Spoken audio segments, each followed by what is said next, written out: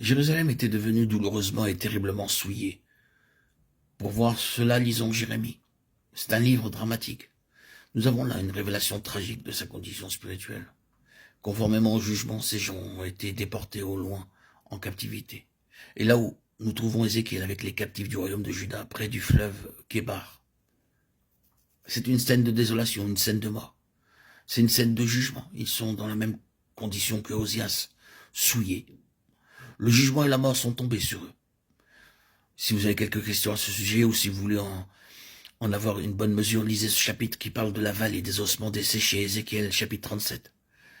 C'est la vision que Dieu avait de ces gens en ce temps-là. Une vallée remplie d'os secs, très nombreux et éparpillés. C'était la condition d'Israël à Babylone, comme en captivité. Est-ce que ces gens seront sauvés de la mort et du jugement? Et comment cela sera-t-il? Le Seigneur déclare qu'il ôtera leur cœur souillé, impur de pierre et ajoute aussi, je vous donnerai un cœur nouveau. Autrement dit, ils devront être nettoyés de leur iniquité, lavés de leur péché, pour redevenir encore le peuple saint de Dieu. Et ils vivront.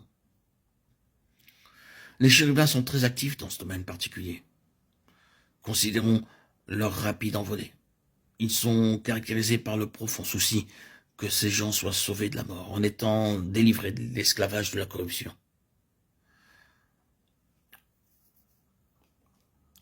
Nous en venons au livre de l'Apocalypse et à ce merveilleux 4e et 5e chapitre. Ici, les cieux sont encore ouverts. Apocalypse 4, 1. Que vis-je? Nous voyons les 24 anciens et les 4 êtres vivants autour du trône, élevant leur cantique en l'honneur du Rédempteur avec les myriades d'anges devant le trône de Dieu et de l'agneau.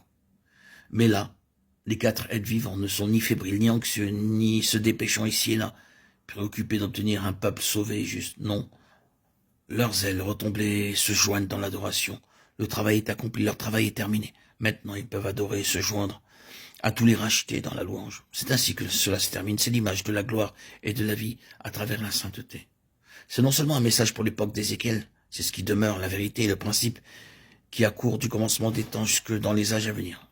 Ce trône exige que quelque chose soit fait en nous pour nous nettoyer de notre péché, pour nous délivrer de notre méchanceté, pour nous ramener vers lui revêtus du vêtement blanc de sa justice divine et sanctifiée. Ce sont ceux qui marchent ainsi avec lui dans la communion et qui, dans la mesure où ils en ont conscience, se détournent de toute mauvaise voie, se déclarent contre toute iniquité, n'ont rien à voir avec le mal, ne se compromettent pas, ne tolèrent d'aucune manière ce qui est délétère et ne s'accommodent pas de ce qui est mensonger. Je sais que tout ce qui a trait à la sainteté peut devenir oppressif.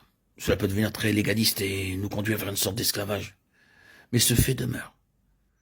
Le trône du Seigneur est un trône de sainteté. Son règne est un règne de sainteté. Sa vie est une vie sainte. Nous savons bien par expérience que si volontairement ou même involontairement nous touchons quelque chose qui soit impur ou corrompu, nous touchons ce monde en esprit et que la gloire s'affadit. Nous savons en nous-mêmes que si nous disons quelque chose qui est faux, la gloire s'estompe. Nous le savons par l'occultation de la gloire dans nos cœurs. Une ombre, un nuage, vient sur notre esprit, et il reste jusqu'à ce que nous allions laver cette souillure dans la présence du Seigneur.